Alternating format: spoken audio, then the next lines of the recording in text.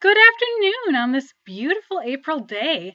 I'm so excited to be doing this video for you. I gave a performance today of a poem actually, and it is the thing I will share with you today, but I want to give you a little bit of background on it first, on my decision and on the poet and on the poem.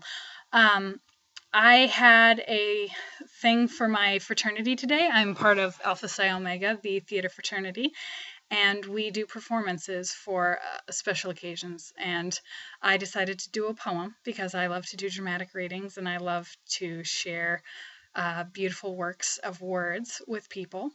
And so I chose to do that. Because spring is finally catching on with the program, I decided to do a poem for spring. And I've been stage managing a show called Arcadia, and a lot of the works mentioned in Arcadia are from Romantic poets, specifically Lord Byron, but there are a couple others that are mentioned. I love the Romantic poet Samuel Taylor Coleridge, but I couldn't find a spring poem I wanted to read from him, so I decided to read a poem from one of his friends, William Wordsworth. And that's one of the things I wanted to say, was that I picked Wordsworth because he was a Romantic poet, but also because he's a friend of one of my favorite poets, Samuel Taylor Coleridge.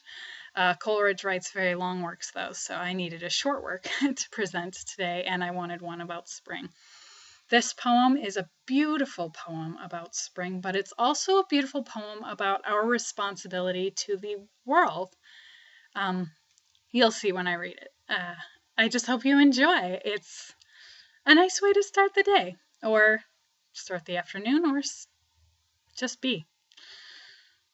Enjoy!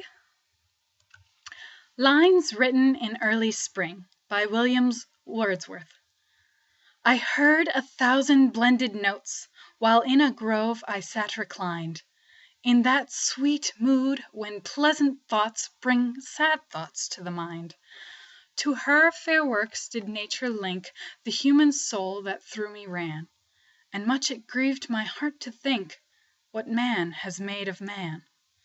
Through primrose tufts in that green bower the periwinkle trailed its wreaths, and 'tis my faith that every flower enjoys the air it breathes.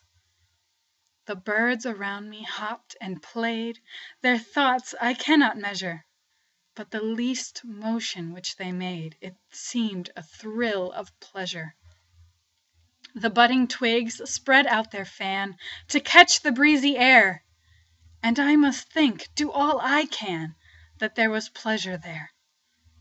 If this belief from heaven be sent, if such be nature's holy plan, have I not reason to lament what man has made of man? I hope this gives you a lot to think about. I hope you think it's pretty. I think it's beautiful. And I hope it makes your day interesting and helpful and hopeful and thoughtful. Happy April. It's a busy time, so don't take yourself too seriously. Don't take things too seriously, because life is short and we have to keep going. And remember that every day is its own story, and every day can be a beautiful story, and will be a beautiful story if you let it. Keep telling those stories. They're the best part. See ya!